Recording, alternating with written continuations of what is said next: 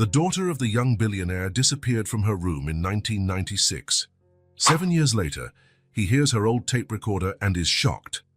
In 1996, the late afternoon sun filtered through the tall windows of the Collier mansion as Nathan straightened his tie for the third time. His fingers trembled slightly. 2 years. 2 long years since Rachel had passed away, taking with her the laughter that once echoed through the corridors of the house. "Daddy, you look nice like this." Lily appeared in the doorway, her light blue dress swaying as she spun around. 4 years old, pure energy, with golden curls that reminded everyone so much of her mother. Nathan smiled and bent down to be eye level with his daughter. "And you look beautiful, my flower." The sound of tires crunching on the gravel driveway made them both turn their heads. "So she's here." Lily ran to the window, tiptoeing to reach the windowsill. Vanessa Blake emerged from her silver car as though she had stepped out of a magazine. Perfectly sleek black hair, a red dress that hugged her elegant silhouette, and that calculating smile that had captivated Nathan's attention 3 months earlier at a charity event. "Remember what we talked about?" Nathan smoothed a stray curl from Lily's forehead. "Be polite and give her a chance," the little girl recited, without taking her eyes off the woman now walking toward the front door. The doorbell rang and Nathan's heart pounded. This was no ordinary meeting. It was the first time Vanessa had come to the house since he had asked her to marry him. When he opened the door, her perfume filled the air before her words did. "Nathan, darling." Vanessa gave him a soft kiss, her dark eyes quickly surveying the foyer as if evaluating every detail. And then she saw Lily. "Twice, and you must be the famous Lily." Vanessa knelt down, smiling, a smile that did not reach her eyes. "Your father talks about you so much." Lily did not move, her tiny fingers clutching the hem of her dress. "Hi," she whispered, not stepping forward. Dinner proceeded in a fragile harmony. Vanessa spoke of trips to Paris, of the art gallery she managed, of the important people she knew. Nathan hung on every word, like a man starved of conversation, while Lily played with her food, watching. "Your house is wonderful, Nathan. So spacious." Vanessa commented, her eyes tracing the walls, the antiques, the expensive paintings. "It was Rachel who decorated it. She had a special talent for that," he replied, not noticing how Vanessa's smile froze for a moment. "I imagine some changes would be welcome, a more contemporary touch perhaps." Vanessa quickly regained her composure and placed her hand over Nathan's. Lily dropped her fork with a clatter. "Sorry," the little girl murmured as a maid rushed over to clear up. Later that night, after Vanessa had left with the promise to return the next day, Nathan found Lily still awake, clutching the teddy bear that Rachel had given her on her last birthday. "What's the matter, my flower? It's past bedtime." Lily bit her lip, hesitating. "Is Vanessa going to live with us?" Nathan sat on the edge of the bed, stroking his daughter's hair. "One day, yes. Does that make you sad?" The girl did not answer right away. "Mommy's not coming back, is she?" Nathan's heart clenched. "No, my love, Mommy is in heaven now." "And we can't go visit her?" "Not like that, but she's always watching over us." Lily nodded thoughtfully. "Is Vanessa going to be my new mommy?" "She will never replace your mother, Lily, but she can be a friend, someone who takes care of you too. Would you like that?" The little girl shrugged uncertainly.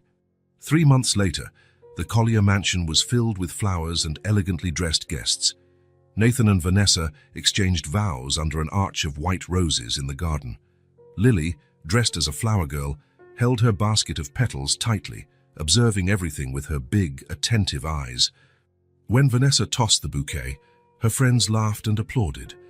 No one noticed how her eyes gleamed as expensive gift boxes and generous checks from Nathan's wealthy guests were delivered to the entrance. Vanessa's move into the mansion happened in a single day. Moving trucks brought in modern furniture, abstract paintings, and a new atmosphere to the house. The room that had once belonged to Rachel was completely transformed. "We need to leave the past behind, darling," Vanessa explained, as the last remnants of Rachel were packed up and taken to the attic. Nathan agreed, although something in his chest protested silently. In the first few weeks, everything seemed perfect. Vanessa organized elegant dinners, redecorated charmed Nathan's friends. To the outside world, they were the ideal rebuilt family. But at night, when Lily woke from nightmares calling for her mother, Vanessa simply turned over and murmured, "Your father needs to teach you to be more independent." It was a Sunday afternoon while Nathan worked in his study that Lily burst in, her eyes red and filled with tears. "What is it, my flower?" He scooped her up into his arms, concerned. Lily looked toward the door, making sure they were alone. Then, in a whisper like a secret, she murmured, "Daddy, Vanessa doesn't like me. She acts different when you're not around." A chill ran down Nathan's spine, but he pushed it aside. It was just adjustment. The time needed to build bonds. "Jazz, of course she likes you, my flower. She's just adapting." He kissed his daughter's forehead, ignoring the instinct screaming inside him. "Everything will be okay, you'll see." Lily didn't answer. She simply clung to her father as though she feared he might disappear too. That night, watching Vanessa apply her expensive creams in front of the mirror, Nathan tried to bring up the subject. "Lily seems a bit insecure around you." Vanessa didn't take her eyes off her reflection. "Children are dramatic, darling. She just wants your undivided attention. Maybe we could spend more time together, the three of us." "Of course." Vanessa's smile was too perfect. "A little happy family, isn't that what everyone wants?" Nathan smiled, relieved. He was worrying over nothing. Everything would fall into place with time. He didn't notice the cold look Vanessa gave Lily's photograph on the bedside table as she turned off the light. Morning light streamed through the kitchen windows as Nathan adjusted his tie, checking his watch for the third time. "It's going to be a busy day," he commented, grabbing his briefcase from the counter. "But I'll be back for lunch." Lily, sitting at the table eating breakfast, looked up hopefully. "Promise?" "I promise, my flower." Nathan smiled, kissing the top of her head. "Maybe we can go to the park afterward." Vanessa entered the kitchen, impeccably dressed as always. "Don't be late for your meeting with the investors," she reminded, pouring herself a cup of coffee. "I won't." Nathan kissed his wife quickly. "Take good care of our girl." As always, Vanessa's smile didn't reach her eyes. As soon as the sound of Nathan's car driving away faded, Vanessa's expression changed. The artificial smile gave way to a thin, hard line. "Finish your breakfast and go to your room," she ordered Lily without looking at her directly. Lily lowered her head. "But Daddy said he'd be back for lunch." "Your father says a lot of things." Vanessa slammed her coffee cup onto the counter with unnecessary force. "Today you stay in your room, and if you tell him anything, you'll regret it." But... "Just no buts." Vanessa's voice cut through the air like a blade. "Do as I say, now." Lily obeyed, climbing the stairs in silence. In her room, she sat on her bed, hugging her pink tape recorder, the last gift her mother had given her before she died. Hours later, she heard the phone ring. Vanessa's voice, soft again, drifted through the hallway. "Of course I understand, dear. No, it's no problem at all. Lily will be disappointed, but I'll explain to her. Yes, see you later." Footsteps approached Lily's door. The door opened and Vanessa appeared. "Your father isn't coming for lunch," she announced, a glint of satisfaction in her eyes. "Probably not for dinner either. Important meetings, you know." Lily didn't answer, only hugged her tape recorder tighter. "What do you have there?" Vanessa stepped closer, noticing the object. "Ah, that old thing your mother gave you." "It's not old," Lily protested quietly. "Mom gave it to me." Vanessa's expression hardened. "Your mother is dead, and the sooner you forget about her, the better for everyone." Lily felt tears well up but said nothing. She'd learned that crying only made Vanessa angrier. "Your lunch will be served here. Don't leave this room." Vanessa walked to the door, pausing only to add, "And remember what I said. One word to your father, and you'll regret it." The day dragged slowly. Lily drew, read her books, and played quietly with her dolls. The maid brought her lunch and later a snack without speaking, simply leaving the tray and leaving. It was evening when she heard her father's car arrive. Quickly, she put away her toys and grabbed a book, pretending to read. Shortly after, soft knocks on the door announced Nathan's arrival. "Hey, my flower." He entered, still in his work clothes, exhaustion evident on his face. "Sorry I didn't come for lunch. It was a complicated day." "It's okay," Lily murmured without looking up from her book. Nathan sat beside her on the bed. "Are you okay? You look sad." Lily hesitated. She wanted so much to tell the truth, to tell how Vanessa treated her when he wasn't there. But her stepmother's threats echoed in her mind. "It's nothing," she finally replied. "I'm just tired." Nathan frowned, worried. Are you sure you know you can tell me anything, right? I know, Daddy. He kissed her forehead. Tomorrow will be a better day, I promise. Good night, Daddy, Lily whispered, hugging him tightly. Good night, my flower. Nathan smiled, tucking the covers around her. I love you. I love you too. When the door closed, Lily lay back looking at the ceiling, listening to the sounds of the house. Her father and Vanessa talking downstairs, the distant hum of the television, then the gradual quiet as the night progressed. In the middle of the night, she woke to an odd sound. Someone was in her room. She opened her eyes, frightened, and saw a silhouette by the window. Daddy, she called, drowsy. The silhouette moved closer. It wasn't her father. The next morning, the alarm rang at 6. Nathan stretched, still tired from the long day before. He took a quick shower, dressed, and headed downstairs for coffee. Vanessa was already in the kitchen reading the newspaper. Good morning, he kissed the top of her head. Good morning, darling. She smiled, handing him a cup of coffee. Another busy day. Not as busy as yesterday, I hope. Nathan looked around. Lily hasn't come down yet? I haven't seen her. She must be sleeping. I'll wake her. I want to apologize for not having lunch with her yesterday. Nathan went upstairs, feeling guilty for breaking his promise. He knocked gently on his daughter's bedroom door. Lily, time to wake up, my flower. No answer. He knocked again, a bit more forcefully. Silence. Puzzled, he opened the door slowly. Morning light filled the empty room. The bed was unmade, the blanket dropped on the floor. The pink tape recorder, which Lily never let go of, lay discarded in a corner. Lily, Nathan called, his heart racing.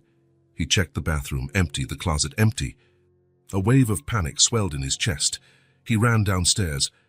Vanessa, Lily isn't in her room. Vanessa looked up from her newspaper, calm. Maybe she came downstairs earlier. I didn't see her. Nathan began searching the house, opening doors, calling out Lily's name in every room. Nothing. Panic turned to despair when he went out into the garden and still didn't find her. He went back inside, where Vanessa now stood in the foyer watching him. She's nowhere to be found. Nathan's voice trembled. Vanessa, she's gone missing. Calm down, dear. Maybe she's playing hide and seek. Lily, Nathan shouted, running back up to the second floor. Lily, this isn't funny. Come out now. Nothing. Only the echo of his own desperate voice. When he returned downstairs, Vanessa was on the phone. I'm calling the police, she explained, her voice too controlled for the situation. The next hour was a blur. Police officers arrived, asked questions, searched the house. Nathan repeated the same story. He had put Lily to bed around 9, everything was normal, and in the morning she simply wasn't there. Any signs of forced entry? One of the officers asked. No, sir, replied another after checking all the doors and windows. Mr. Collier, do you have enemies? Anyone who might want to harm you? Nathan shook his head, stunned. No, not that I know of. Has the girl ever run away before? Never. Lily would never run away. His voice broke. Vanessa placed a hand on his shoulder. My husband is in shock, officer. Lily is a quiet child, never caused any trouble. The officer wrote something on his notepad. We'll issue an alert. We need a recent photo of the girl and a description of what she was wearing the last time she was seen. The search extended throughout the day. Neighbors were questioned, nearby areas scoured. Nothing. It was as if Lily had simply vanished into thin air. Later that night, as Nathan finally drifted into fitful sleep, Vanessa gathered all the staff in the kitchen. Given what's happened, we can't trust anyone anymore, she declared coldly. You're all fired. You will receive generous compensation, but I want everyone out of this house by tomorrow. The housekeeper, who had worked for the Colliers for years, widened her eyes. But, ma'am, Mr. Collier will need help during this difficult time. I will take care of my husband, Vanessa replied, her eyes as hard as stone. And I suggest you leave quietly. Anyone who talks to the press or spreads rumors about what happened here will face severe legal consequences. The days that followed were a nightmare for Nathan. The police set up a temporary command post in the living room with maps, photos, and timelines. Volunteers offered to help search, combing woods, parks, and nearby areas. Nathan followed every operation, refusing to rest. You need to sleep a little, Vanessa insisted. You won't help Lily if you faint from exhaustion. But sleep didn't come. Every time he closed his eyes, he saw Lily's face, her frightened eyes, her outstretched hand begging for help. How could he rest while his daughter remained missing? A week passed, then 2. The police began to scale back their search. The case remained open, they said, but without new leads there was little they could do. "This can't be happening," Nathan murmured, staring out the window of his study as the last police car drove away. "How can a child just disappear without a trace?" Vanessa stood in the doorway watching him. "We'll keep looking. I've hired a private investigator." Nathan nodded, too exhausted to speak. He could no longer cry. It was as if something inside him had dried up, leaving only a painful void where life had once been. Days began to blur together, with no distinction between mornings, afternoons, and nights. Nathan barely ate, losing weight rapidly. His once perfectly tailored clothes now hung loosely on his frame. Deep circles marked his face, and his eyes had lost their sparkle.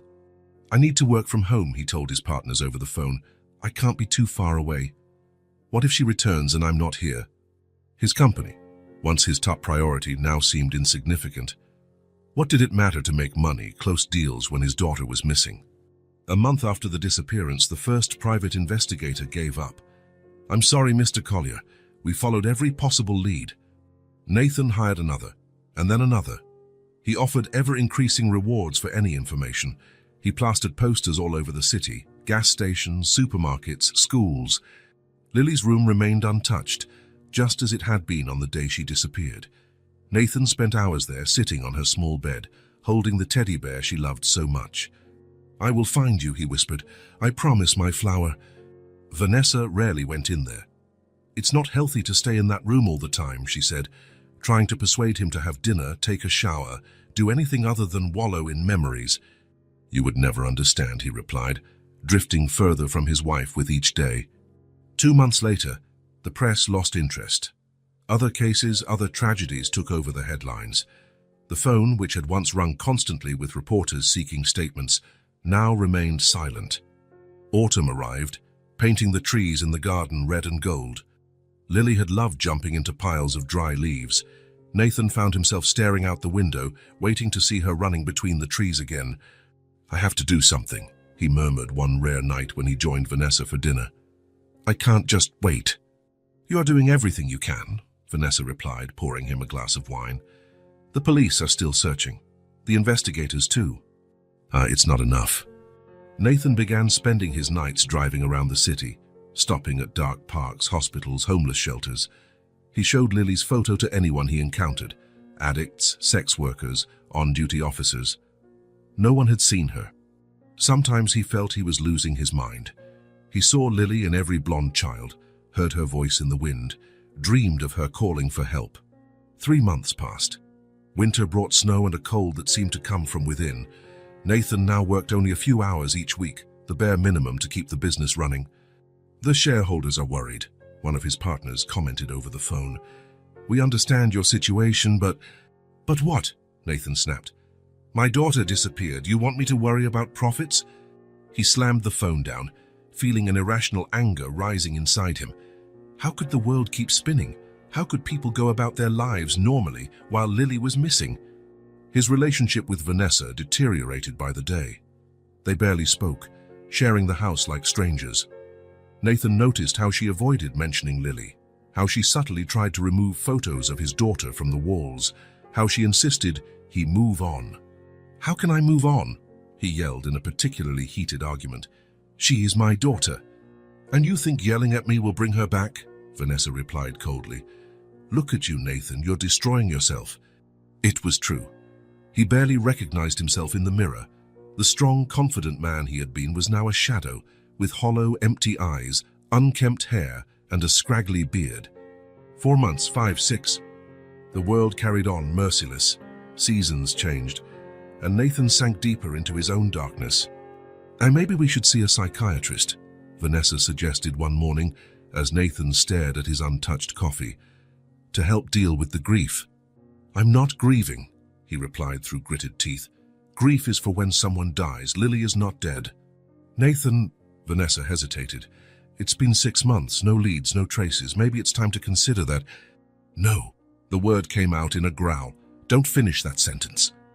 He stood up abruptly, knocking over a chair, and left the kitchen. In his study, he locked the door and sank into his armchair, clutching Lily's photo on his desk. His little princess, his ray of sunshine. How could he give up on her? But at night, alone in the dark, dark thoughts assailed him. What if Vanessa was right? What if Lily never came back? Honest, he couldn't think like that. He had to keep searching, would continue until his last breath if necessary. The 7th month brought more disappointments. The last private investigator, a man respected with decades of experience, handed over his final report. "I'm sorry, Mr. Collier, we did all we could." Nathan shelved the report without reading it. He didn't need another document telling him what he already knew. No one could find Lily. The garden, once meticulously cared for, was now neglected. Nathan had no energy to maintain it. The flowers died, the grass grew wild. It was as if the house itself were mourning. One day he found Vanessa in front of Lily's room with a new lock in her hand. "What are you doing?" he asked, feeling a cold rage rise in his chest. "You spend too much time in there," she replied without apology. "It's not healthy." "It's my daughter's room." "Nathan, we need to talk about the future, about moving on." He ignored her, entering the room and closing the door. He leaned back against it and slid down to the floor, finally letting the tears fall. How could he move on without Lily? How continue living in this void? The phone rang downstairs.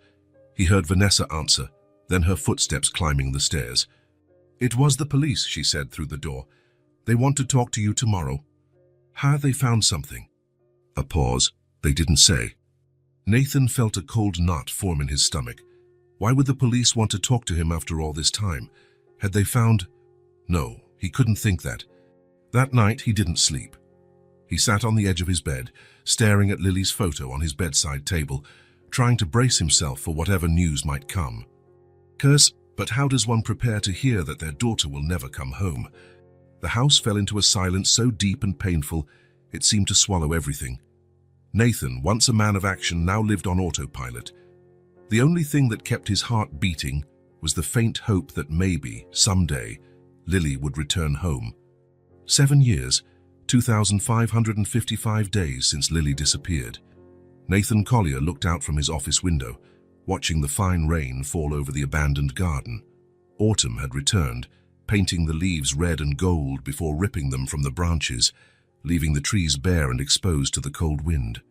How he felt, bare, exposed, empty. 7 years had turned the Collier mansion into an elegant, cold shell.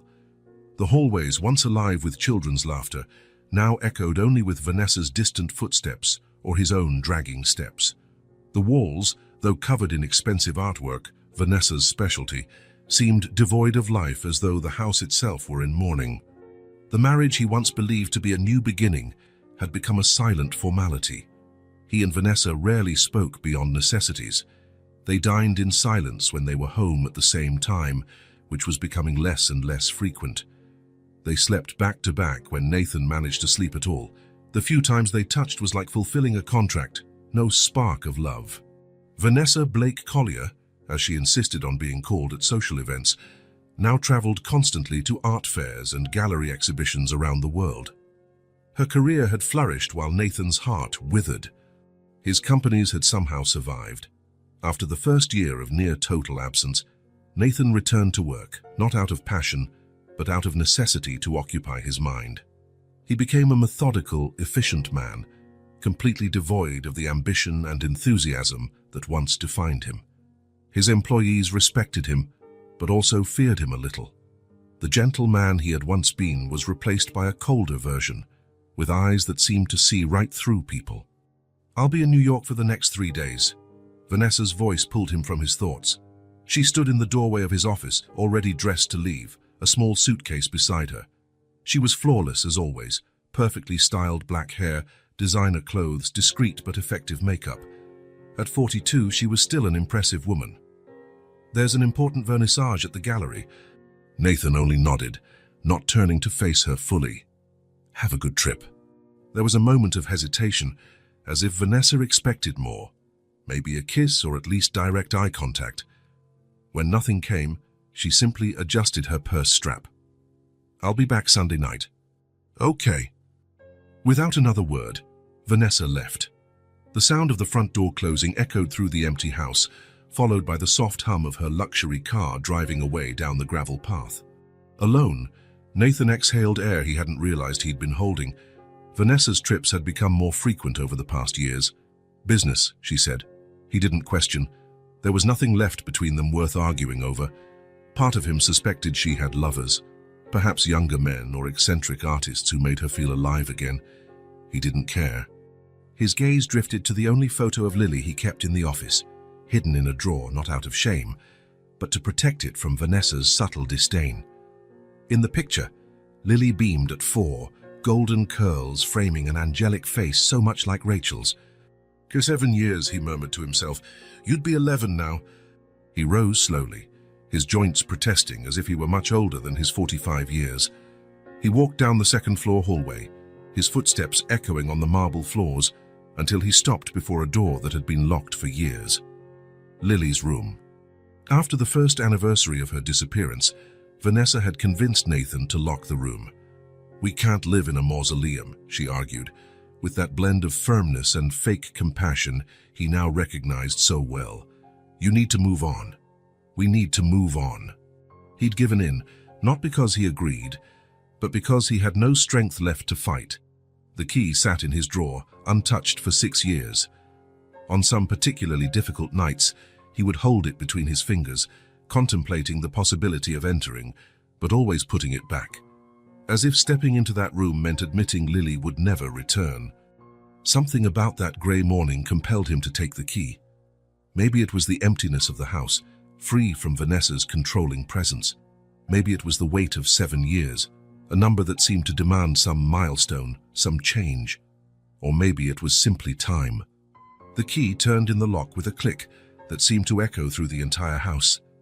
The door opened slowly with a low creak from hinges long unused, revealing a room frozen in time. The light filtering through the dusty window illuminated a space untouched since that fateful morning. The bed was still unmade, as if Lily had just left it. Toys scattered on the floor, a doll here, colorful, blocks there. Drawings taped to the walls with yellowed tape. Tiny clothes folded neatly in half-open drawers, as if waiting to be worn. The air was still, heavy with dust and memories. Nathan stepped inside hesitantly, as if treading into a sanctuary or a tomb. He sat on the edge of the small bed, running his hand over the blanket. If he closed his eyes, he could almost feel the warmth that had once been there. He could almost hear Lily's laughter, her cheerful cry of "Daddy" at bedtime story time. But the room was silent, dead. His eyes scanned the room, noting every detail. The children's books on the shelf, arranged by size as Lily liked. The brown teddy bear she called Mr. Cuddle, now faded and lying next to the pillow. The colored pencils organized in a tin decorated with star and flower stickers. A life interrupted, preserved like an insect trapped in amber. Then he saw it, half hidden under the bed, a small pink object. For a moment he couldn't identify it. He reached to pick it up, and his heart stopped when he recognized the tape recorder Rachel had given Lily just before she died. "You can record our stories," Rachel had said, already weak from the illness that was consuming her. "That way you'll always have my voice with you." Lily had loved that tape recorder. She recorded everything. Made-up stories, conversations with her dolls, songs she learned at preschool. Nathan remembered how she carried it everywhere, like a precious treasure. The fact that it had been left behind the day she disappeared always puzzled him. Lily would never voluntarily leave it behind. Nathan held the device as though it were made of crystal. It felt surprisingly heavy in his hands, laden with meaning and possibility. Would it still work after all this time? The batteries must have leaked, damaging the mechanism. Even so, with a trembling finger, he pressed the play button. To his surprise, the device crackled, followed by static. And then, miraculously, a voice. Rachel's voice, faint but determined. "Once upon a time, there was a very brave princess who lived in a magical kingdom full of flowers and music." Nathan felt tears burn in his eyes. His first wife's voice, Lily's mother, preserved in that small device, so distant now, like an echo of another life. A life that seemed to belong to someone else, not to the hollow man he had become. The recording continued, a children's story narrated by Rachel. A princess who fought dragons, saved the kingdom, found magical treasures. When that ended, there was more static, and then another recording began. Hi, tape recorder, Lily's voice, small, hesitant, secretive. Very different from the cheerful, chatty child Nathan knew. Today, Vanessa locked me in my room again. Nathan held his breath, frozen in place. She is different when Daddy isn't here. She said she would take me away, that I would never see my father again. A stifled sob, and then, I am scared of her, Mommy. She doesn't like me, not at all. The recording ended abruptly. Nathan remained motionless, clutching the tape recorder so tightly, his fingers turned white. The world around him seemed to slow to a standstill. Every heartbeat sounded like thunder in his ears. Each breath was painful, as if the air had turned to shards of glass. Vanessa is different when Daddy isn't here. She said she would take me away. Lily's words echoed in his mind, shattering the fragile peace he had built over the years. A corroding acid of guilt flooded his chest, burning everything in its path. She had tried to warn him. His little girl, so helpless, had tried to tell him something was wrong, and he hadn't listened. He had preferred the comfortable lie that it was just a phase, just difficulty adapting. "My God, Lily," he whispered, voice choked by the horror of the revelation. "What have I done?" The small clues now so obvious. Lily's frightened looks, the way she cowered when Vanessa entered the room, how she had grown increasingly quiet after the wedding. The mornings when she looked exhausted, the whispered comments he had dismissed as childish imagination. "Daddy, Vanessa doesn't like me." And he, so obsessed with his new love, his new chance at happiness, had ignored the warnings. He had left his own daughter vulnerable. Nathan collapsed, sliding from the bed to the floor, tears streaming down his face. Violent sobs shook his body, years of repressed pain exploding all at once. "Forgive me," he cried, clutching the pink tape recorder to his chest. "Forgive me, my daughter." Guilt consumed him like a raging fire. If he had listened, if he had paid attention, if he had put Lily first, she would still be here. 7 lost years. 7 years his daughter could have grown up safe and loved, stolen by his own blindness. How long he stayed there, broken on the dusty floor, Nathan could not say. Minutes or hours passed as he confronted the devastating truth. He had failed Lily in the most fundamental way possible. He had failed to protect her. When there were finally no more tears to shed, when the sobs turned into ragged gasps, something beyond guilt began to rise deep within him. A cold, relentless resolution, a determination he hadn't felt in 7 years. If Vanessa had done something to Lily, if his daughter was still alive somewhere, he would find her. No matter how long it took, how many resources he needed, how many laws he had to bend, he would correct his mistake. Pain gave way to determination. Nathan rose, tucking the tape recorder into his pocket. He wouldn't confront Vanessa immediately. No, he needed to be smarter than that. He needed proof, answers. And if she discovered he knew, she could destroy any chance of finding Lily. 2 days later, when Vanessa returned from New York, Nathan was waiting in the living room. The pink tape recorder lay on the coffee table between them. He had thought carefully about how to approach this. He needed to see her reaction, to confirm his suspicions. "What's this?" Vanessa asked, frowning as she saw the object. She was tanned and relaxed after her trip, a stark contrast to Nathan's pallor and tension. "Lily's tape recorder," Nathan replied, keeping his voice calm despite the storm inside him. "I found it in her room." "You went into that room?" The irritation was evident in Vanessa's tone. A flash of something else, alarm, crossed her face before she quickly masked it. "I thought we agreed to keep that door locked. I needed to see, to hold her things again." Vanessa sighed, setting her designer purse on the armchair. "Nathan, we've talked about this. It's not healthy to live in the past." Without answering, Nathan pressed play. Lily's voice filled the room. "Vanessa is different when Daddy isn't here. She said she was going to take me away, that I would never see my father again." He watched Vanessa's face closely as the recording played. To anyone less observant, she might have seemed merely annoyed. But Nathan saw it, her slight freeze, the barely perceptible dilation of her pupils. The way her hands, normally so graceful, clenched into fists for a fraction of a second before relaxing.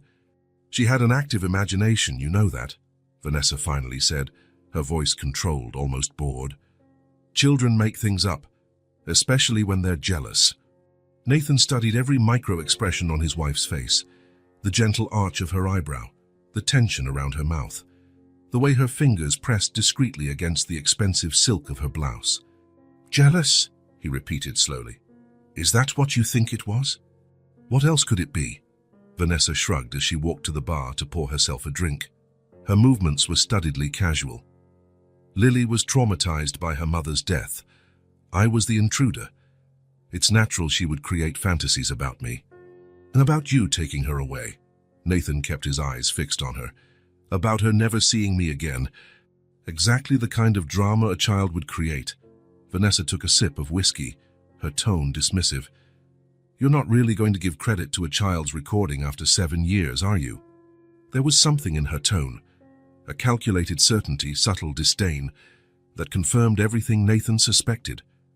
He knew Vanessa well enough by now to recognize when she was lying. And she was lying.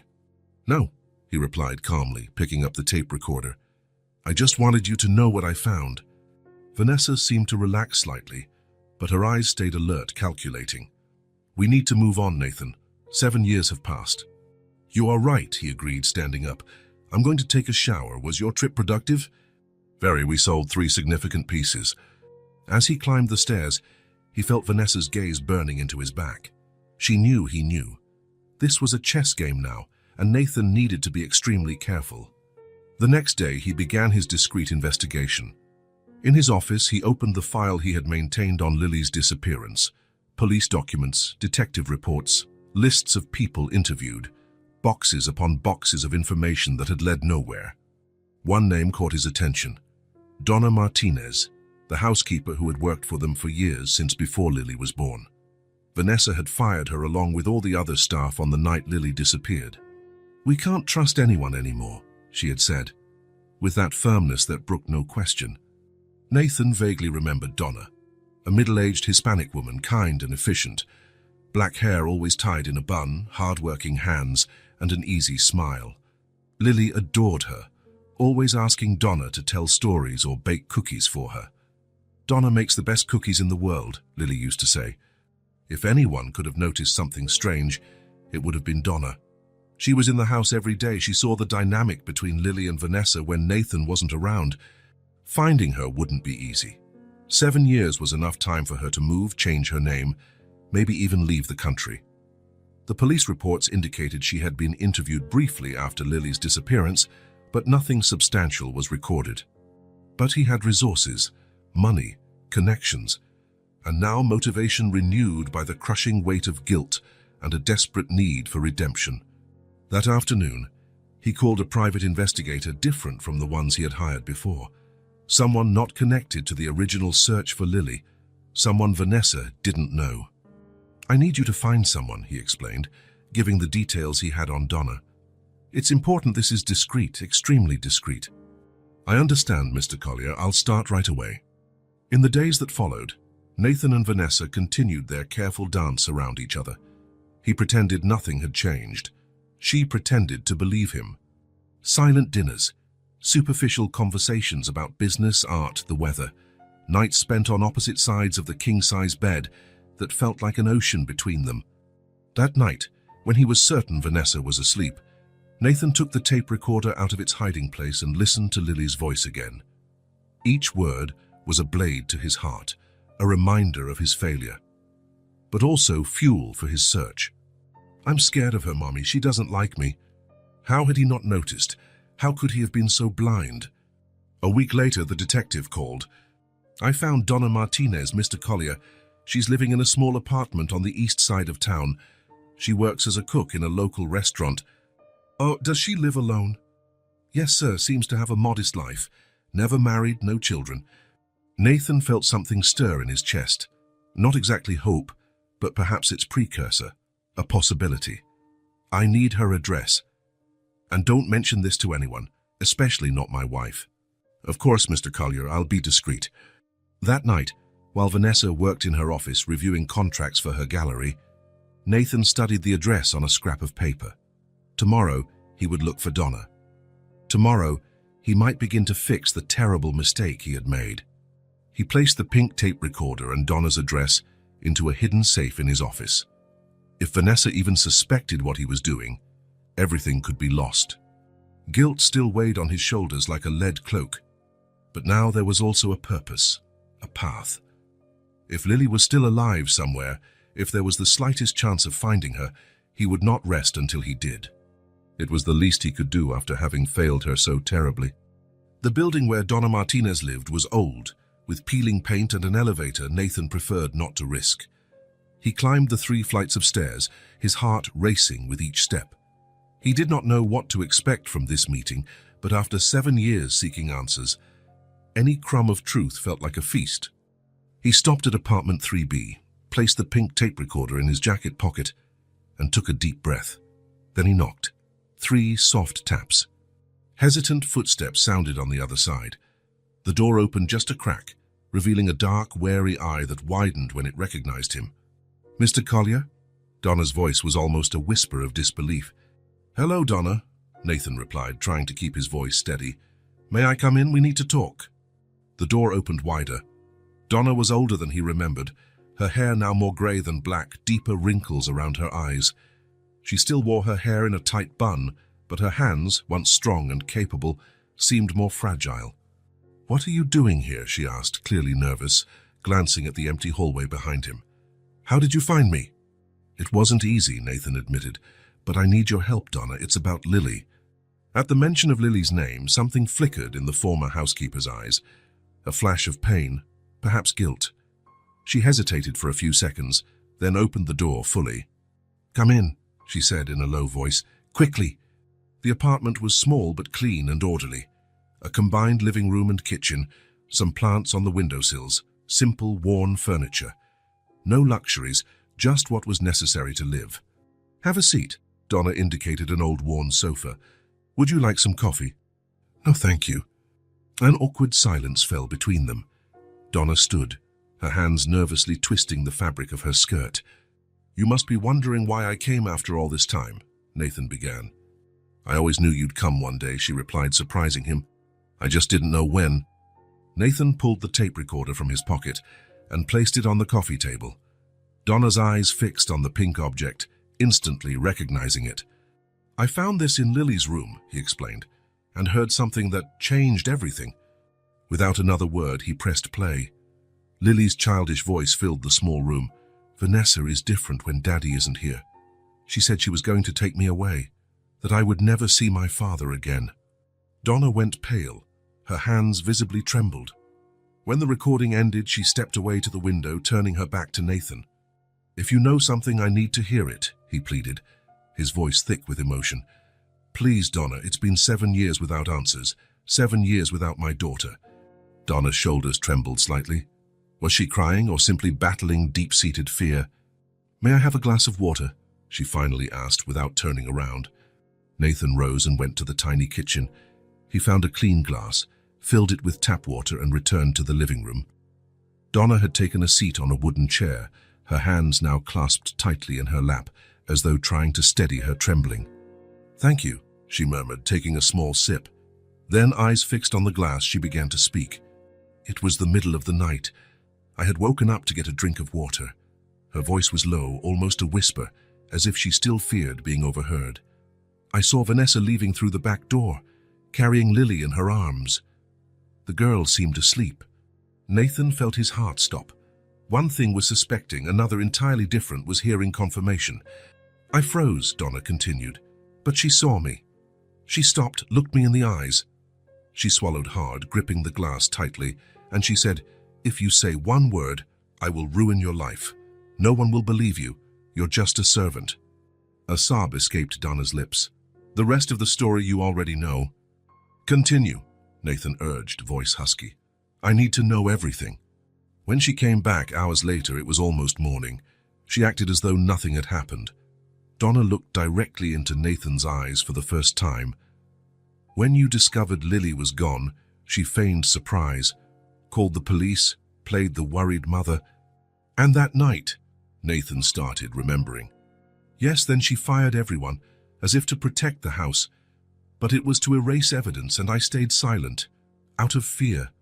Silent tears rolled down Donna's wrinkled face. "After that, my life became a struggle.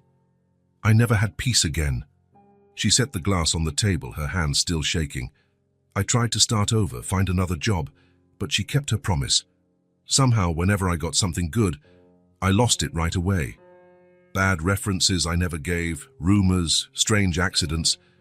I knew it was her, but I couldn't prove it. Nathan closed his eyes, deeply shaken, the puzzle pieces finally fitting together, revealing a picture of calculated evil he could barely comprehend. "Why now?" Donna asked softly. "Why after all this time?" "The tape recorder," he replied simply. Lily's voice showed me what I should have seen from the start. A heavy silence fell between them. Outside, the city carried on its frantic pace, oblivious to the drama unfolding in that small apartment. "Do you know where she took Lily?" Nathan finally asked, hope and fear warring in his heart. Donna shook her head. "No, I only saw her leaving with the girl. I never knew where they went." Nathan took Donna's hand in his, feeling the calluses from years of hard work, the fragility of bones under thin skin. "You kept the truth.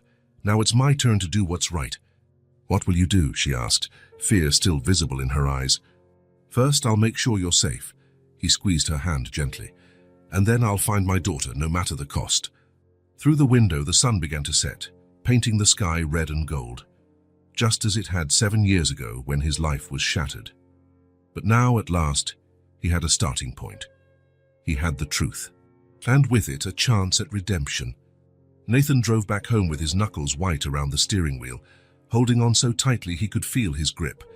The sky darkened rapidly, heavy clouds promising a storm. Appropriate, he thought, a storm to clear the air, to wash away 7 years of lies. Donna's revelation rang in his mind like a funeral bell.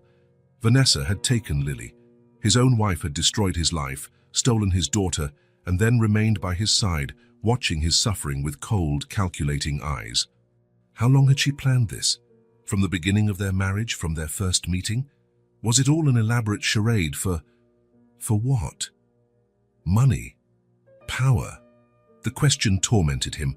But deep down, none of that mattered. No reason could justify what she had done. The mansion emerged before him, imposing against the darkening sky. Lights were on, indicating Vanessa was home. Nathan parked and sat for a few minutes, taking a deep breath, organizing his thoughts. He needed to stay calm. He needed to do this right. The pink tape recorder felt like a stone in his pocket. Proof.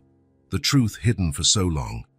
When he finally entered, he found Vanessa in the living room reviewing some documents.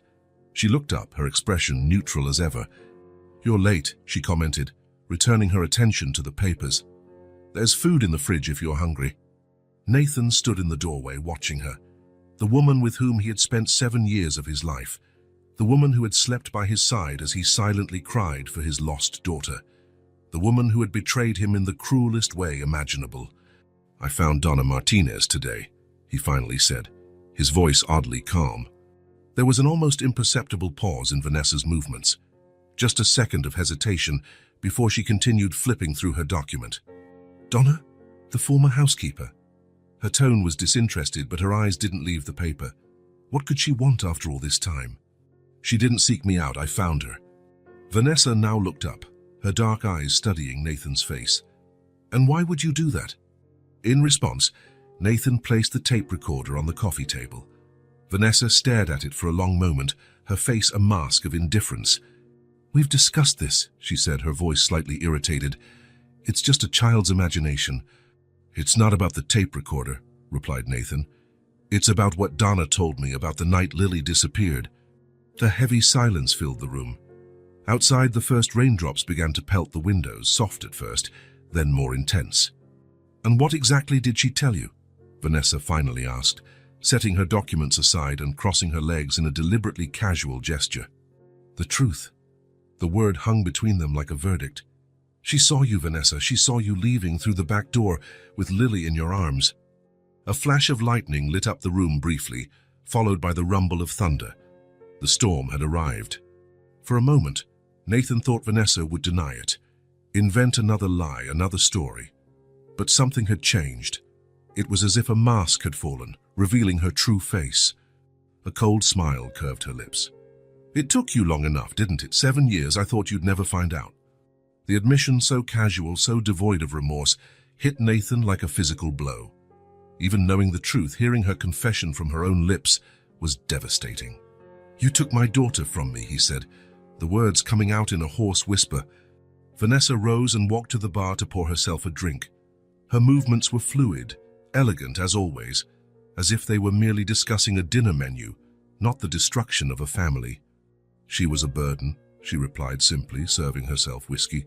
"Always in the way, always wanting your attention, always reminding you of that woman." "Rachel," Nathan said, her name like a prayer. "Doesn't matter." Vanessa shrugged, taking a sip of her drink. "I gave her to someone who wanted her better that way." "Better for whom?" Nathan's voice rose slightly, the anger finally breaking through his forced calm.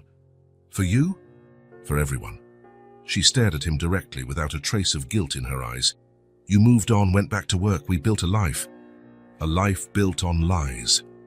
Nathan felt nauseous thinking of every moment they had shared since Lily's disappearance. Every birthday, every Christmas, every night he had spent beside the woman who had destroyed his family. An empty life. It didn't have to be empty. You chose to drown in self-pity. Vanessa drained her glass in one gulp. "We could have been happy." The rain now fell heavily, tapping on the roof like thousands of impatient fingers. Nathan took a deep breath, trying to calm the storm within him.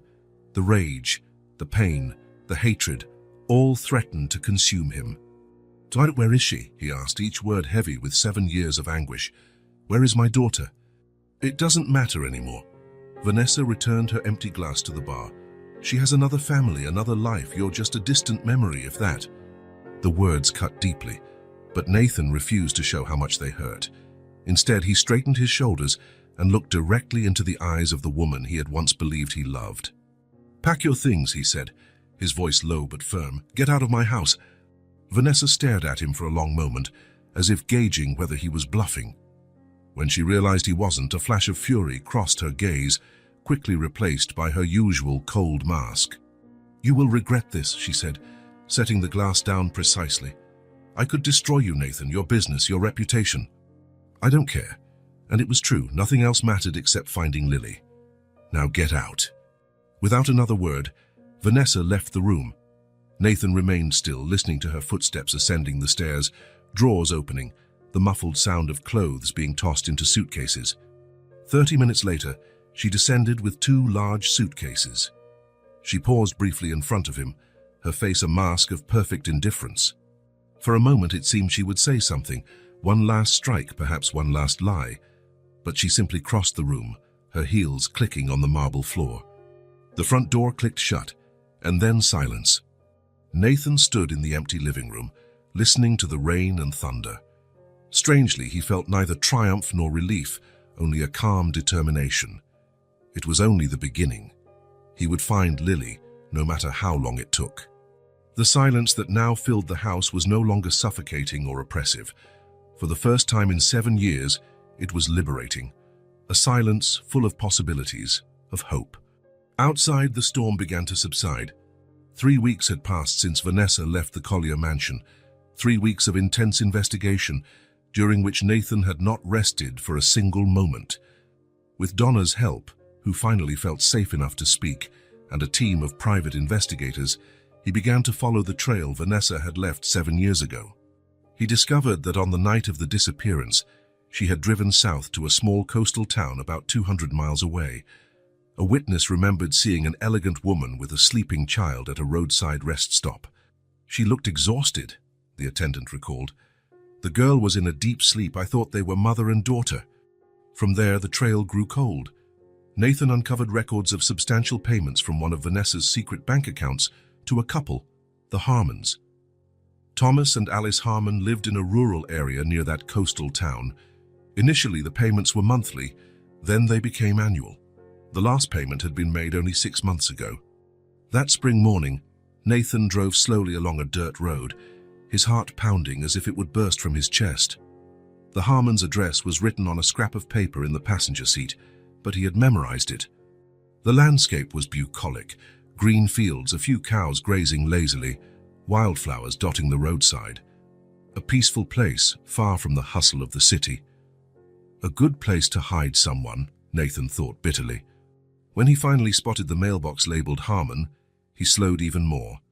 The house stood about 100 feet from the road, a simple two-story white building with a broad front yard and what looked like a small orchard in the back. Nathan parked his car a bit before the driveway and turned off the engine. He needed a moment to compose himself. What if he was wrong? What if Lily wasn't there?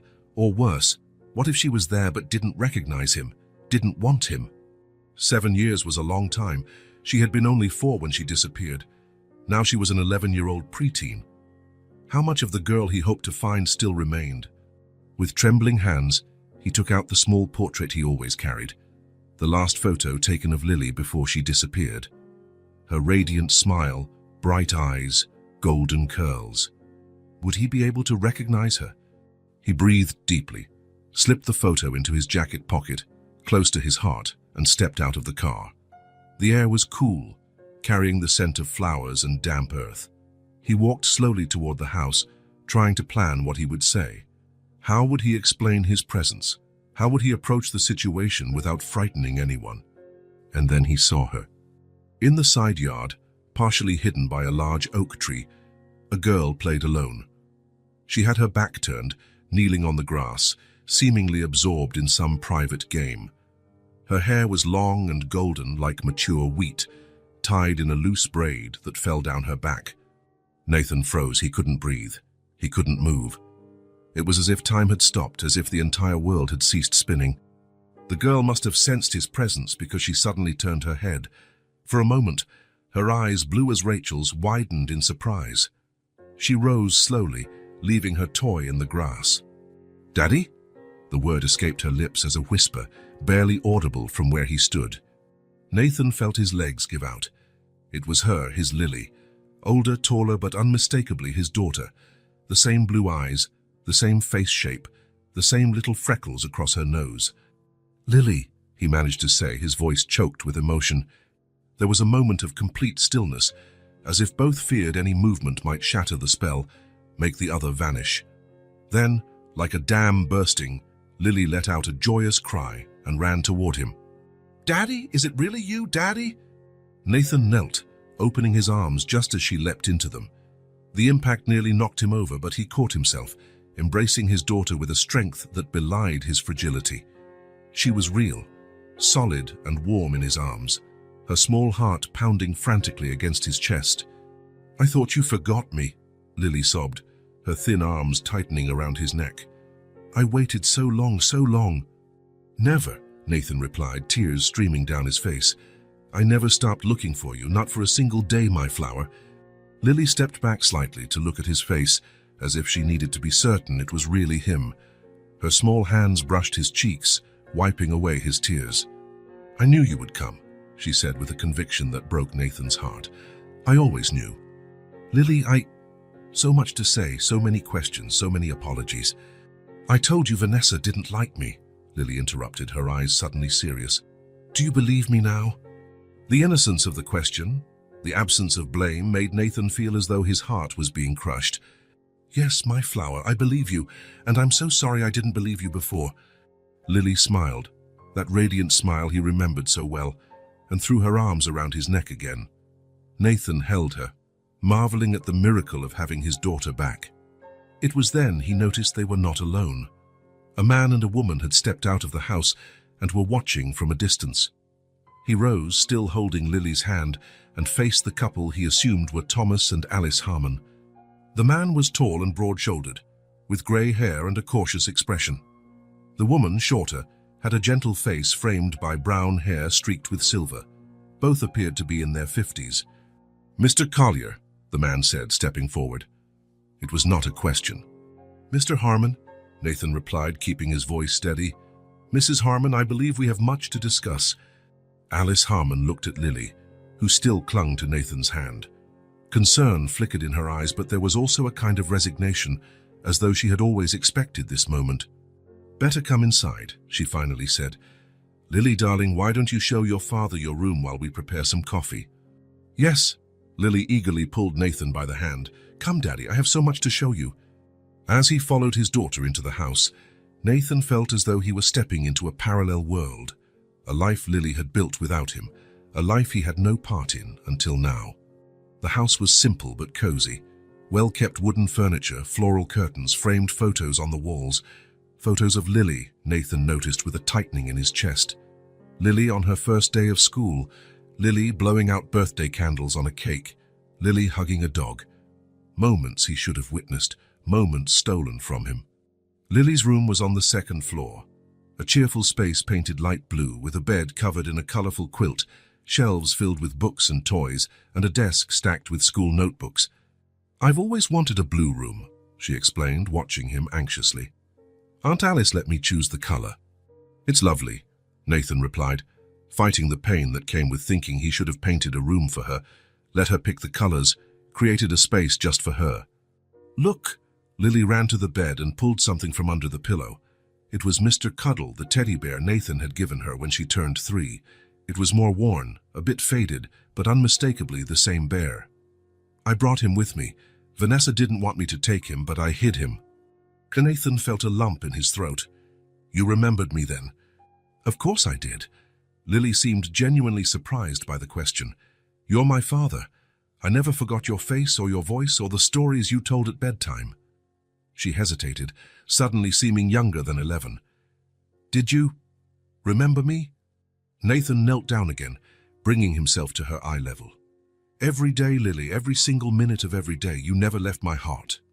She smiled, that radiant smile he remembered so well, and threw her arms around his neck again. Nathan hugged her, amazed at the miracle of having his daughter back. When they finally went back downstairs, Thomas and Alice Harmon were waiting in the living room. There was coffee and cookies on the table, as though this were a normal social visit, not a moment that would change everyone's lives forever. "Lily," Alice said gently, "why don't you go to the kitchen and get that orange juice you like so much?" The girl looked from Alice to Nathan, reluctant to leave his side even for a moment. "It's okay, my flower," he assured her. "I'm not going anywhere without you." As Lily left, a heavy silence fell over the room. "We always knew this day would come," Thomas finally said. "We always knew." "You knew who she was?" Nathan asked, trying to keep his anger in check. "You knew she had been taken from me?" Alice lowered her eyes. "Not at first. Vanessa told us she was an orphaned child who needed a temporary home. She offered a substantial sum for us to care for her." "We were teachers," Thomas continued. "We always wanted children but never could have our own. When we saw Lily," he shook his head, "she captured our hearts immediately." "When did you realize the truth?" Alice sighed deeply. "Gradually. Lily spoke of you, of her father who loved her, of Vanessa taking her away that night." "Why didn't you give her back?" Nathan's question came out harsher than he intended, but he couldn't help it. "Why didn't you go to the police?" "We were scared," Thomas admitted, shame evident on his face. "Vanessa threatened us. She said she would accuse us of kidnapping, that we were accomplices. And then," he looked at the kitchen door, where Lily had disappeared. "Then we grew attached to her. Maybe selfishly, but we began to think of her as our own. We never stopped feeling guilty," Alice added, tears shining in her eyes. "But we tried to give her the best home possible. Education, love, stability." Nathan wanted to hate them.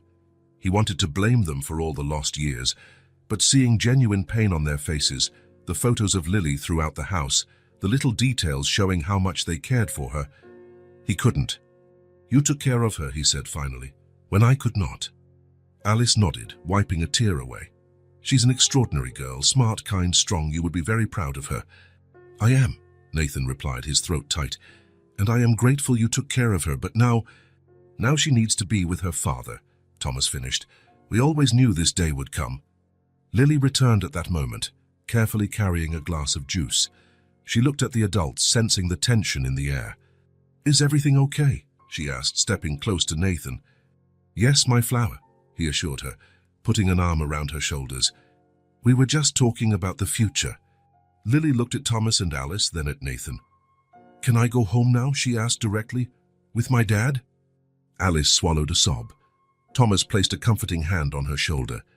"If that's what you want, dear," he said. "I want to go home with you, Daddy," Lily said, looking up at Nathan with her blue eyes so like Rachel's. There was an unwavering certainty in her voice that moved Nathan deeply. "Then let's go," he replied simply. The goodbyes were difficult. Despite everything, it was clear the Harmons loved Lily and she loved them. Promises were made to visit, phone numbers exchanged. Lily ran to hug them one last time before getting into the car, her small suitcase and Mr. Cuddle clutched tightly in her arms. As they drove down the dirt road, Nathan looked in the rearview mirror.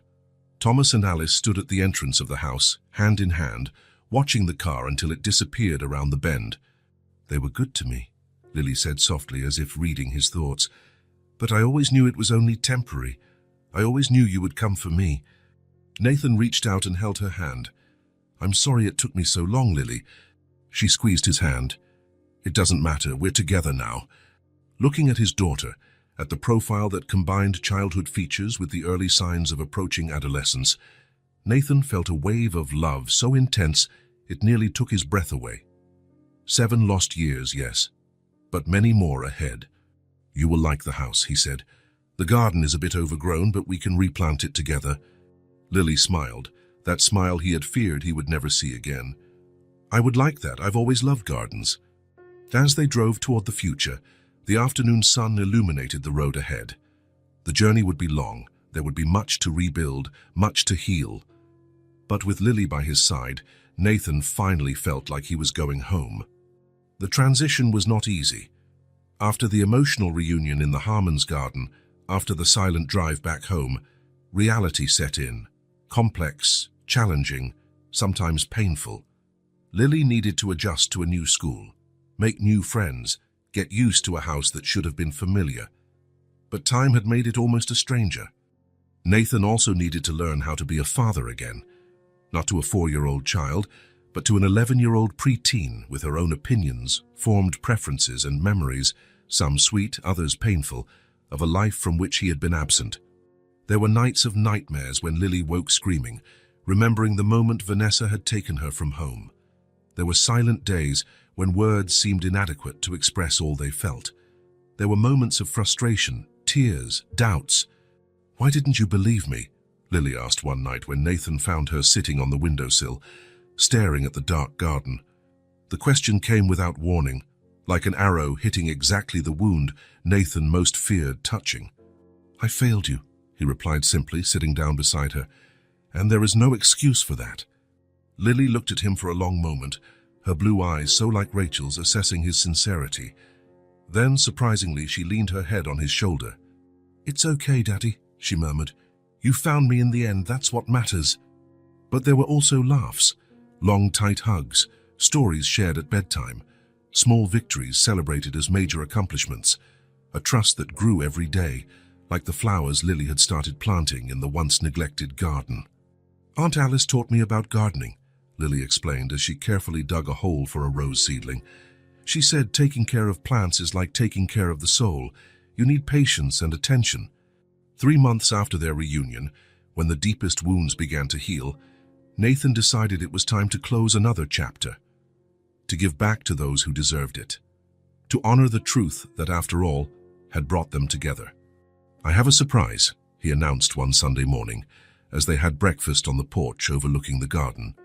Lily was radiant that morning, wearing a light blue dress that matched her eyes, her golden hair in 2 braids. "What surprise?" she asked, her eyes shining with curiosity. It was one of the things Nathan loved most about her, how, despite everything she had been through, she could still marvel at life's small joys. "We're going to visit someone special today." Nathan smiled, tucking a loose braid behind her ear. "Someone who helped us find each other again." Lily tilted her head thoughtfully. "Donna, the lady who worked here when I was little?" Nathan nodded, not surprised she remembered. Lily had an impressive memory, especially for people who had been kind to her. "Yes, Donna, she was very brave, you know. Without her, I might never have discovered the truth." Lily grew serious for a moment.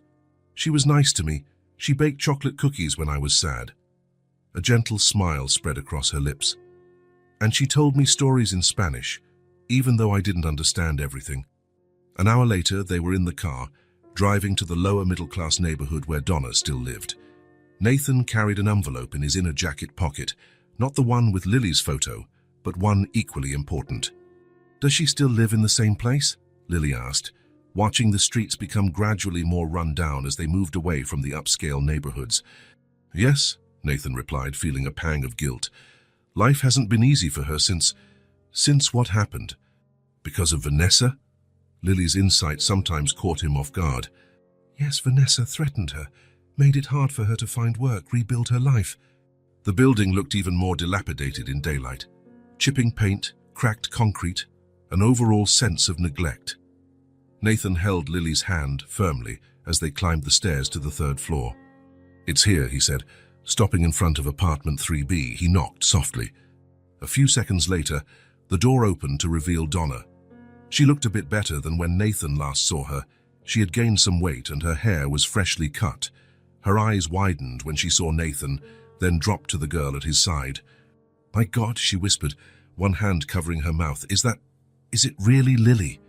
"Hi, Donna," Lily said shyly, a small smile on her lips. "Do you still make those chocolate cookies?" Donna let out a sound that was part laugh, part sob. Tears began streaming down her wrinkled face. "Yes, my darling," she replied, her voice quivering with emotion. "I still do. And I would bake 1,000,000 just to see your smile again." She extended her arms hesitantly, as if she feared Lily might be a mirage that would vanish if touched. But Lily did not hesitate. She moved forward and hugged her former nanny tightly, burying her face in Donna's shoulder. "I missed you," Lily murmured. "Oh, Dios mío," Donna sobbed, hugging her as if she never wanted to let go. "I missed you too, my little angel, every single day." Nathan watched the scene, feeling a lump in his throat. It was another cycle closing, another link restored in the chain of relationships Vanessa had tried to destroy. When they finally went inside the apartment, Donna moved with an energy she had not shown during Nathan's previous visit. She prepared coffee for the adults and hot chocolate for Lily. She brought cookies that, she confessed with a shy smile, she had baked as soon as she received Nathan's call about the visit. "I couldn't believe it," she said, finally sitting down after serving everyone. "When you called saying you found me, I thought I was dreaming." "Thanks to you, Donna," Nathan responded sincerely. "If you hadn't told me what you saw that night, maybe we would never have been reunited." Donna wiped away a tear. "I should have spoken up earlier, much earlier. I was a coward." "You were scared," Nathan corrected gently. She's a dangerous woman. You had every reason to be afraid." "Where is she now?" Donna asked, concern evident in her voice. "We don't know," Nathan replied. "She left town soon after I confronted her. The police are searching for her. There are serious charges against her now."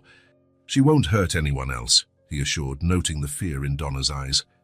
Lily, who had been listening quietly while nibbling on a cookie, spoke up suddenly. "She couldn't keep us apart forever. That's what matters." Donna smiled at her, gently touching her hand. "So wise always was. Even when you were little, you had an old soul." "Do you remember me when I was little?" Lily asked, leaning forward with interest. "What was I like?" Donna laughed softly. "Oh, you were a curious little thing. Always asking questions, always wanting to know how everything worked. And stubborn. Dios mío, so stubborn. Once you decided you wanted to wear rain boots in the middle of summer, and no one could convince you otherwise." Lily laughed, delighted. "I'm still a bit stubborn." "A bit?"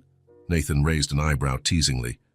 "Only when I'm right," Lily responded with a cheeky grin. The three of them laughed, and for a moment, it was as if the years of separation had never existed. As though they were merely continuing a conversation that had been temporarily interrupted, not resuming lives violently torn apart. Nathan cleared his throat, feeling it was the right moment. He took the envelope from his pocket and placed it on the table. "I brought something for you, Donna." She looked at the envelope, confused. "For me?" "Open it," he encouraged. With trembling hands, Donna opened the envelope and pulled the documents out. Her eyes scanned the first page, widening in shock. This is—" "A deed to a house," Nathan confirmed. "In the south side of the city. It's a quiet neighborhood with good schools nearby. I thought maybe you'd like to teach private lessons again." Donna shook her head, unbelieving. "Mr. Collier, I can't accept this." "There's also a trust fund," he continued, pointing to the second document. "It's not a fortune, but it's enough so you never have to worry about bills or working jobs you don't want." "Why?" Donna asked, tears streaming down her face. "Why would you do this for me?" Nathan covered her hand with his. "You kept the truth. Now it's your turn to start over." Lily stood and walked to Donna, hugging her shoulders. "You helped me when I was little," she said gently. "Now we want to help you too." Donna hugged Lily back, openly sobbing now. "Thank you," she murmured through tears. "Gracias, gracias." It was as if an invisible weight had been lifted from her shoulders. Years of fear, guilt, regret, all washed away by tears of relief and gratitude. "When can we visit your new house?" Lily asked, her eyes sparkling with excitement. "Can I help decorate?" Donna laughed through her tears. "Of course, mi querida, you have good taste." "Actually," Nathan said, "I thought we could go see the house today if you'd like, of course." Donna's eyes lit up. "Today, really?" "Why not? The house is already furnished. It just needs your personal touch." Lily clapped her hands, thrilled. "Can we go now, please, Donna?" I don't even know what to take." Donna looked around at the small apartment with its few possessions.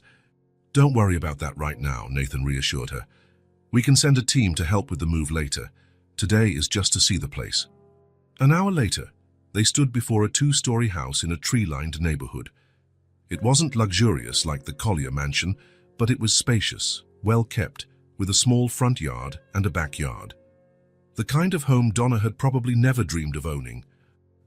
It's perfect," she whispered as Nathan handed her the keys.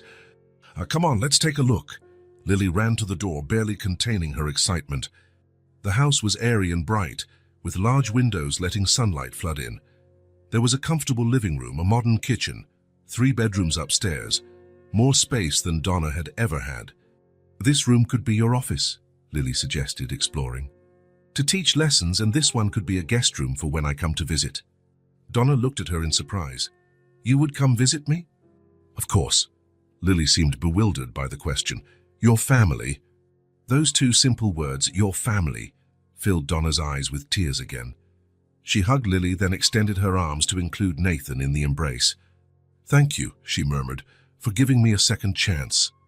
"You deserve it," Nathan replied sincerely. "More than that." As Donna and Lily explored the rest of the house, Nathan lingered in the living room, watching them.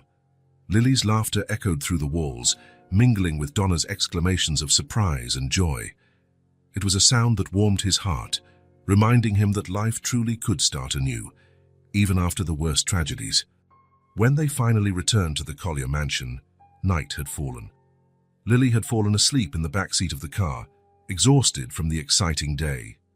Nathan carried her up to her room, not the room frozen in time, but a new space they had decorated together, with walls painted in the blue she always wanted. After tucking her in and kissing her forehead, Nathan went down to his office and poured himself a drink. Through the window he could see the garden that, 3 months earlier, had been just abandoned earth and now began to bloom under Lily's dedicated care. The pink tape recorder sat on a shelf, no longer hidden but displayed as a reminder, not of the tragedy but of the truth that had reunited them. Nathan touched it gently, grateful for that small object that had changed everything. The following days passed with a sense of normalcy that felt almost miraculous given all they had been through. Lily continued adjusting to school, making friends, reconnecting with the life that had been stolen from her. Nathan reorganized his work schedule to be more present, determined not to lose another moment. Donna moved into her new home, and as Lily had predicted, she seemed lighter, even younger. She truly began teaching Spanish lessons again, discovering a vocation that had been interrupted years ago. On Sundays, she often joined Nathan and Lily for dinner, bringing her famous chocolate cookies and stories from her childhood. Slowly, a new routine took hold, a new normal that acknowledged the past but was not defined by it. One particularly sunny afternoon, Nathan was in his office finalizing some documents when he heard Lily's call from the garden. "Daddy, Daddy, come see my flower." Nathan smiled, putting down his pen. It was Lily's voice, no longer muffled by walls of silence and secrets, but clear, vibrant, full of life. "I'm coming," he answered, rising and walking to the glass door leading to the garden. There she was, kneeling in the freshly turned soil, surrounded by gardening tools and plant pots.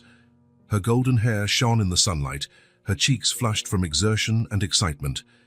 When she saw him, she opened into a radiant smile, pointing to a small blue flower that had just bloomed. "Look, Daddy, isn't it beautiful? It's a forget-me-not. Donna told me the name. It means don't forget me."